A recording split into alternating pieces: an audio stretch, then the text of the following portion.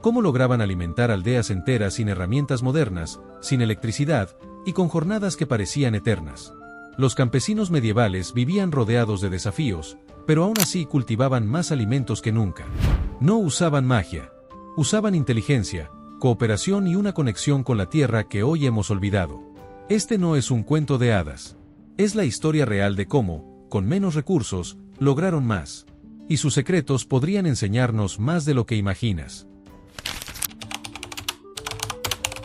Si algo sabían los campesinos medievales, era que la tierra también se cansa. Mientras otros insistían en exprimirla una y otra vez, ellos descubrieron una verdad poderosa: a veces, producir más comienza por hacer menos. Así nació uno de sus mayores logros, la rotación de cultivos. Dividían sus tierras en 3 partes. En una sembraban cereales como trigo o centeno. En otra, legumbres como habas o guisantes. Y la tercera, la dejaban en reposo total durante todo un año. No por pereza, sino por estrategia. Esa tierra vacía no estaba siendo desperdiciada. Estaba recuperándose, respirando, regenerando los nutrientes perdidos. Cada año, rotaban las zonas. Lo que antes fue trigo se convertía en terreno de legumbres, lo que fue legumbres descansaba, y lo que descansó ahora producía cereal. Así, cada parcela del campo tenía un ciclo de trabajo, descanso y recuperación.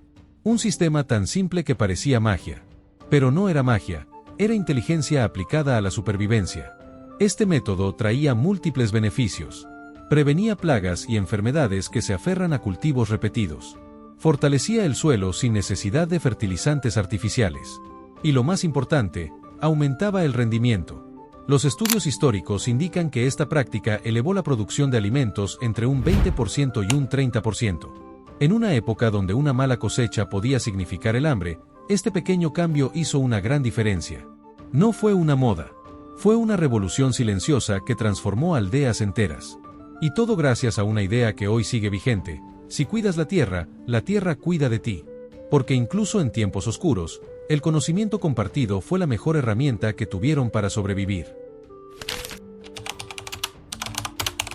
Durante siglos, arar la tierra fue una de las tareas más agotadoras y frustrantes de la vida campesina. Los primeros arados apenas arañaban la superficie. Eran simples herramientas de madera que servían en suelos livianos, pero resultaban inútiles en las tierras pesadas del norte de Europa. Para muchos agricultores, era como intentar abrir un camino en piedra con las manos desnudas. Pero todo cambió con la llegada de un invento revolucionario: el arado de vertedera.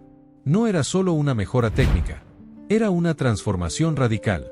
Este nuevo diseño permitía cortar la tierra de forma vertical, levantarla horizontalmente y luego voltearla por completo. Por primera vez, los campesinos podían remover profundamente el suelo, enterrar malezas, oxigenar la tierra y preparar un terreno realmente fértil para la siembra. ¿El resultado? Una eficiencia jamás vista. Antes, se necesitaban 6 u 8 bueyes para arrastrar un arado por los campos duros. Con el nuevo diseño, bastaban la mitad. Esto liberó recursos, redujo el esfuerzo y permitió utilizar más tierra para cultivos humanos, no solo para alimentar animales de tiro.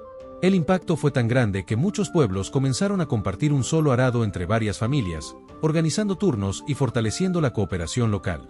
Algunos historiadores creen que este invento no solo revolucionó la agricultura, sino también las relaciones sociales en las aldeas.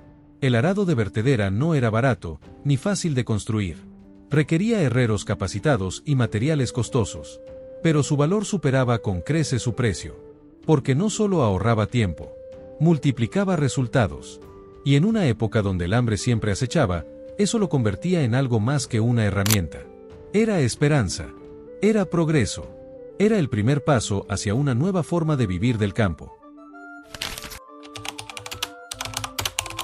En la Edad Media, ningún campesino sobrevivía por su cuenta. La fuerza no estaba en el individuo, sino en la aldea. La agricultura no era una actividad solitaria, era una tarea colectiva, una coreografía de cooperación donde cada quien tenía un papel vital. Las tierras no se dividían en grandes parcelas privadas. En su lugar, los campos estaban abiertos, sin cercas, y repartidos en largas franjas estrechas distribuidas entre todas las familias. Cada hogar recibía una combinación de terrenos buenos, regulares y malos. Así, nadie quedaba en desventaja y todos compartían los riesgos y recompensas de la cosecha. Pero el verdadero secreto estaba en la sincronía. Todos sembraban y cosechaban al mismo tiempo. Nadie podía permitirse retrasarse. Si tú no labrabas tu campo, estabas frenando a tus vecinos. Y si necesitabas ayuda, ellos estaban ahí. Porque en una comunidad bien organizada, el trabajo de uno beneficiaba a todos. Las herramientas y los animales también se compartían. Un solo arado podía servir a todo un pueblo. Los bueyes se prestaban entre familias.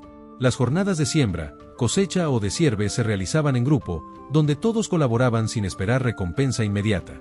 Era un pacto implícito, hoy por ti, mañana por mí. Incluso existían almacenes comunales donde se guardaban granos para los tiempos difíciles. Si una familia tenía una mala cosecha, podía tomar prestado y devolverlo el año siguiente. Esa red de apoyo era más poderosa que cualquier seguro moderno.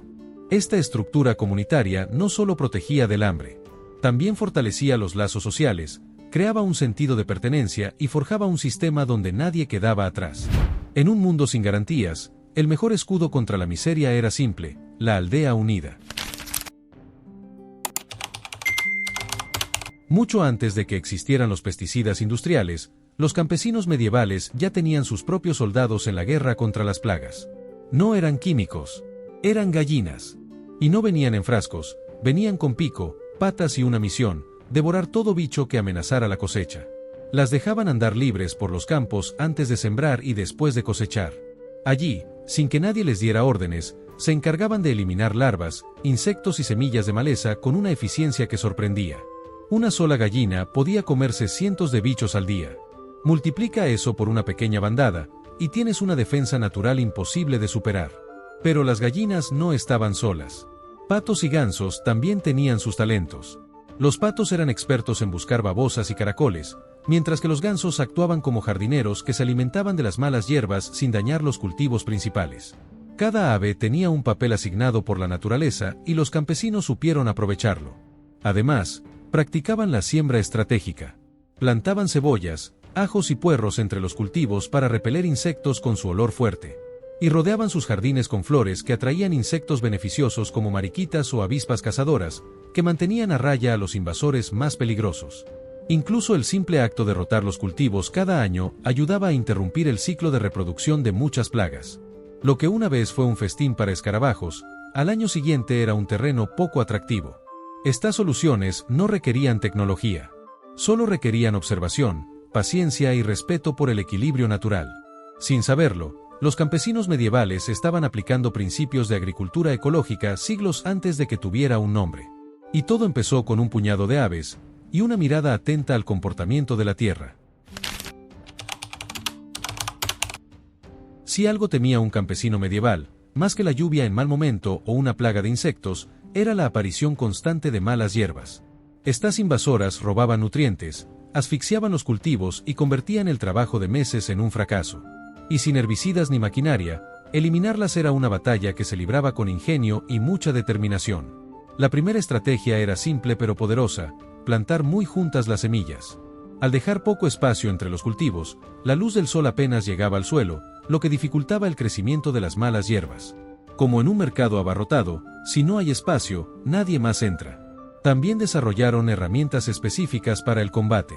Usaban cuchillas pequeñas con mangos largos que les permitían cortar las hierbas desde la base, sin dañar los cultivos cercanos ni forzar demasiado la espalda. Estos instrumentos eran tan valiosos que muchos los heredaban como si fueran reliquias familiares. Pero la clave estaba en el momento exacto. No esperaban a que las malezas crecieran. Atacaban cuando apenas brotaban, justo antes de que echaran raíces profundas. Esta intervención temprana les ahorraba días de trabajo más adelante. Además, conocían técnicas que hoy llamamos cama de siembra falsa. Preparaban el campo, dejaban que las malas hierbas germinaran solas, y entonces las eliminaban antes de sembrar lo que realmente querían cultivar. Era como tender una trampa a la naturaleza.